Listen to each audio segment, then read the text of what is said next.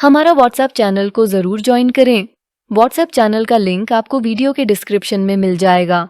नमस्कार दोस्तों, आप देख रहे हैं इंडिया लाइव न्यूज। एक बड़ी संसदीय और आर्थिक खबर सामने आई है। संसद ने बीमा क्षेत्र में 100% विदेशी निवेश यानी FDI को मंजूरी दे दी है।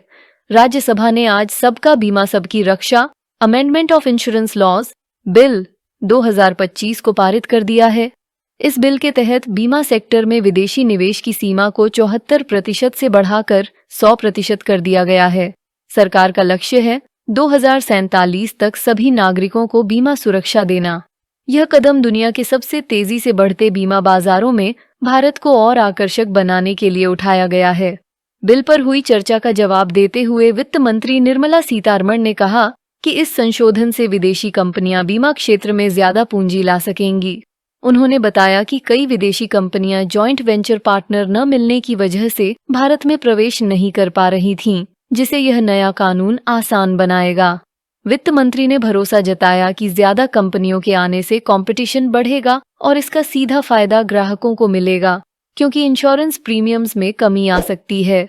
रोजगार को लेकर उठी चिंताओं पर जवाब देते हुए वित्त मंत्री ने साफ कहा कि इस फैसले से नौकरियां घटेंगी नहीं बल्कि बढ़ेंगी। सरकारी आंकड़ों के अनुसार जब बीमा क्षेत्र में FDI सीमा 26% से बढ़ाकर 74% की गई थी, तब इस सेक्टर में नौकरियों की संख्या लगभग 3 गुना बढ़ गई थी।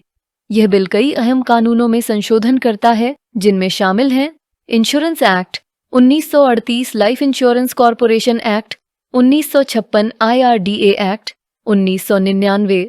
इसके साथ ही अब नॉन इंश्योरेंस कंपनी और इंश्योरेंस कंपनी के मर्जर का रास्ता भी साफ हो गया है। इस बिल के तहत एक नया policy holders education and protection fund भी बनाया जाएगा, जिसका मकसद बीमा धारकों के हितों की रक्षा करना और उन्हें जागरूक बनाना है। सरकार का कहना है कि इससे ईज ऑफ डूइंग बिजनेस बढ़ेगी, रेगुलेशन में ट्रांसपेरेंसी आएगी और बीमा क्षेत्र पर रेगुलेटरी ओवरसाइट मजबूत होगी। हालांकि आंकड़े यह भी बताते हैं कि भारत में इंश्योरेंस पेनिट्रेशन यानी GDP के मुकाबले बीमा प्रीमियम की हिस्सेदारी 2023 से 24 में घटकर 3.7% रह गई है। लाइफ इंश्योरेंस में यह 2.8% और नॉन लाइफ इंश्योरेंस में करीब 1% पर स्थिर है। सरकार का मानना है कि यह सुधार इस गिरावट को पलटने में मदद करेगा। बिल में यह भी प्रावधान किया गया है कि IRDAI के चेयरपर्सन और होल टाइम मेंबर का कार्यकाल 5 साल या 65 वर्ष की उम्र तक, जो भी पहले हो, तय किया जाएगा। अब देखना होगा कि क्या इससे बीमा सस्ता होगा, क्या कवरेज बढ़ेगा और क्या भारत वाकई सबका बीमा सबकी रक्षा के लक्ष्य के करीब पहुंचेगा। आपकी राय क्या है? कमेंट में जरूर बताइए। ऐसी ही महत्वपूर्ण आर्थिक और सरकारी खबरों के लिए चैनल को सब्सक्राइब करें, वीडियो को लाइक और शेयर करें। धन्यवाद।